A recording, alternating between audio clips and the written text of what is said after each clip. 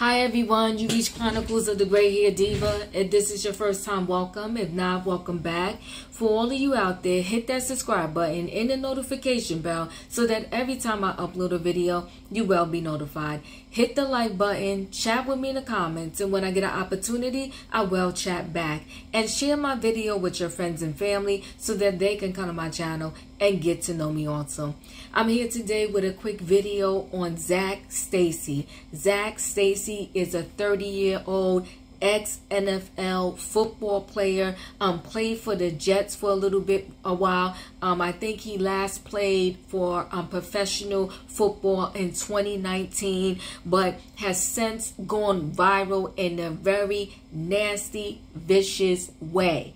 There's a video that I saw on TMZ, which is now everywhere, where Zac went to his ex-girlfriend's house, who has their 5-month-old baby, and he proceeded to punching her. Don't have to say alleged. It is on the video, people, okay? Punching her, picked her up like she was a rag doll, body slammed her on her baby's bouncy chair, threw her into a TV, and he just kept hitting her over and over again. He is currently on the run. People find him, help find him, and get him locked up, okay? Get him put away.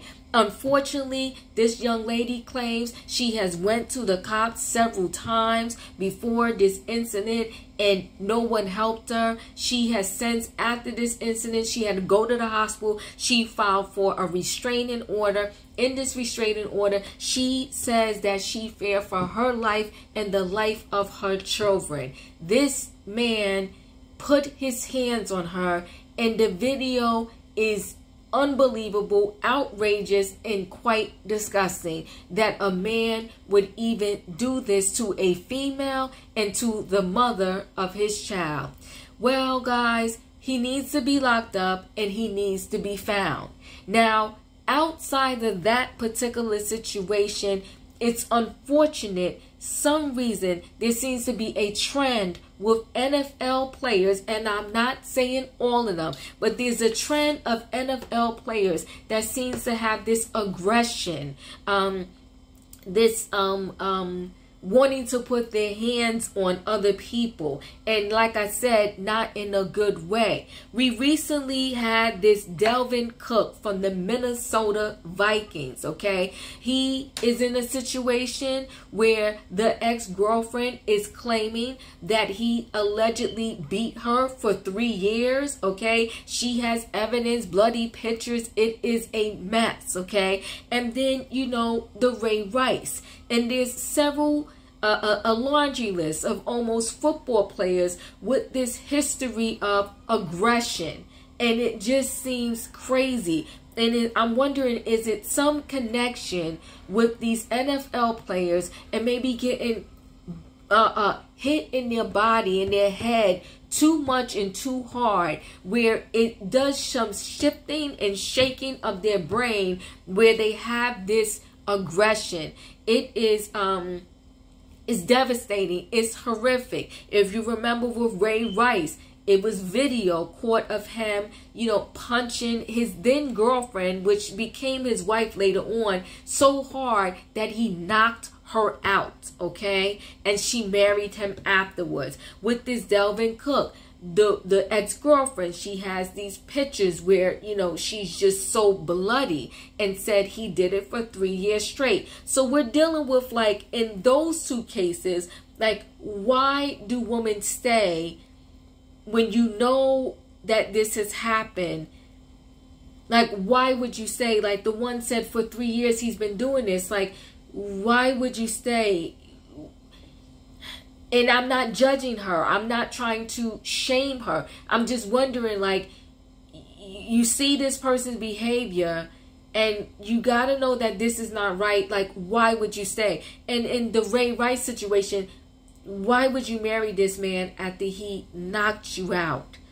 In this young lady's situation with this Zac Stacy, she tried. She allegedly went to the cops and they ignored her. And thank God she had the mindset to set up a video in her home, so the next time he came, she was able to catch it on video. And then she let the video go viral because she had no choice. This girl needed to save her own life. As a mother, it saddens me.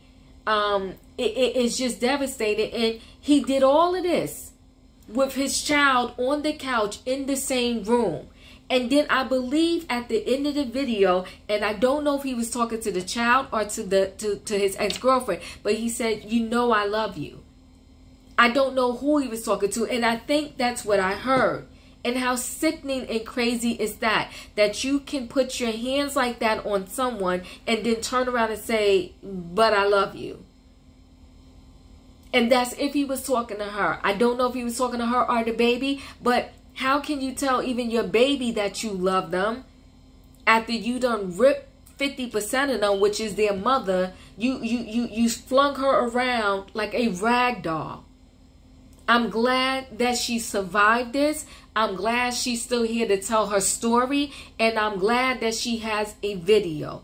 People, we need to find this, not we, but if you see him, you understand what I'm trying to say. You need to call the proper authorities, or he needs to just turn himself in, because you have to get help and you have to pay for this.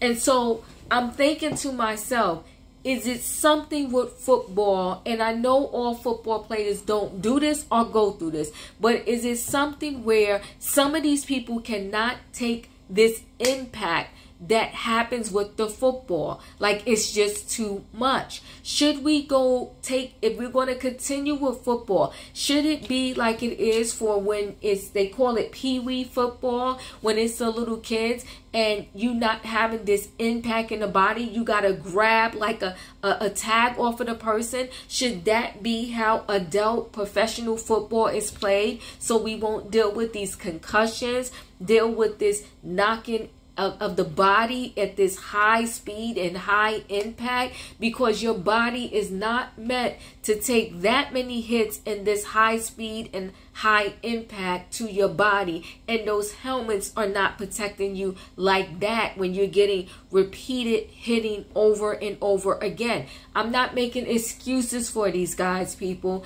I'm just saying that, do we need to look into what could possibly be the source of this particular problem? Let me know your thoughts in the comments. Chat with me when you get an opportunity in the comments, and I will chat back.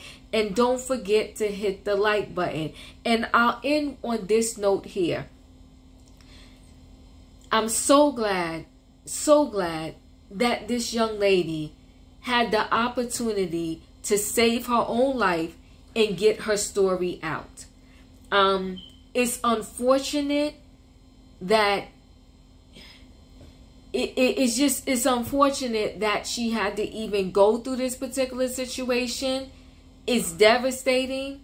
And if I didn't say it, she did have to go to the hospital, and she did file for a restraining order. In the restraining order, she literally said, "I'm afraid for my life and the life of my children." No one should have to live like that. And I almost say, thank God she was calm in this situation to the best of her ability. It seems like she was trying to talk him down a little bit, but she never yelled at him and got smart, because I think he would have probably even been worse if she even tried to say if she got loud with him, or maybe, showed some aggression herself. I think he would have been even worse. And that video was horrific. It's the worst I think I've ever seen. And I'm not allowed to play it here for y'all. But again, I'm sure many of you have seen it. All I can say is he needs to turn himself in. And if he doesn't turn himself in, if anybody's helping him hide, they should get in trouble too. And everyone around him, if he's with someone, they should be thinking about the degree and the level of who they are hiding. Okay, because the cops are looking for him. And if y'all trying to hide them, y'all should get in trouble too, because you seen the video. There's no excuse for that. Anyway, guys, thanks for watching. Don't forget, chat with me in the comments. Let me know your thoughts. Do you think that this impact in football has something to do with this? Because we can name NFL player after NFL player after NFL player that has been in this particular type of situation. Or do you disagree with me? Do you think I'm just way off? Hit the like button, chat with me in the comments, and I'll see you in the next video.